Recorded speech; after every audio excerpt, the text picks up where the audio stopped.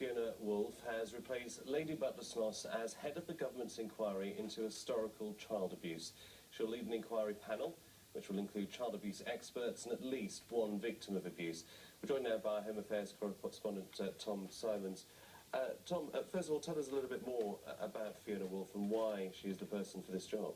Well, she is a lawyer. She's an expert on the energy markets. She's not an expert in child abuse, and she has been making clear that she feels that makes her a good choice as an independent chair of this commission to look at historical child abuse. And it's going to be a big job, as she has to consider whether really the state and other bodies covered up child abuse. This is what she said earlier about her role.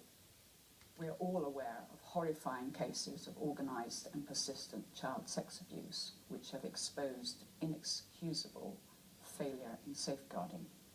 This is a very important inquiry, and it must be set up and run in a manner that commands credibility and respect.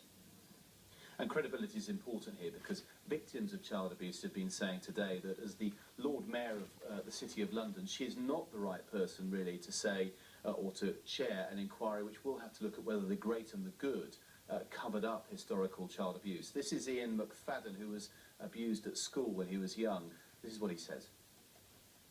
As survivors of abuse, we have asked Theresa May to install somebody who will chair the inquiry who is not part of the establishment. And yet again, she has appointed somebody, Fiona Woolf, who is part of the establishment. And again, creates more distrust. The survivors are just simply not being listened to. And perhaps to counter that, the Home Office was quick today to say that there will be an abuse victim, the former deputy chair of a children's charity, and a well-respected barrister, and Alexis Jay, who wrote the report last week into the abuse in Rotherham, very well-respected child protection expert. The Home Office says that team of people can get to the bottom of this long-running issue.